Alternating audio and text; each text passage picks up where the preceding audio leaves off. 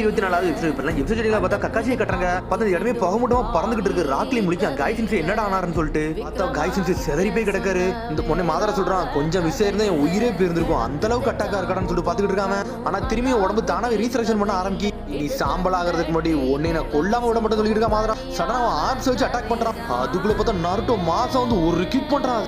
உன்னை மாதர பக்கம் என்னோட ட்ரூத் சீப் 6 பேரையும் திரும்பி அடிச்சிட்டானா.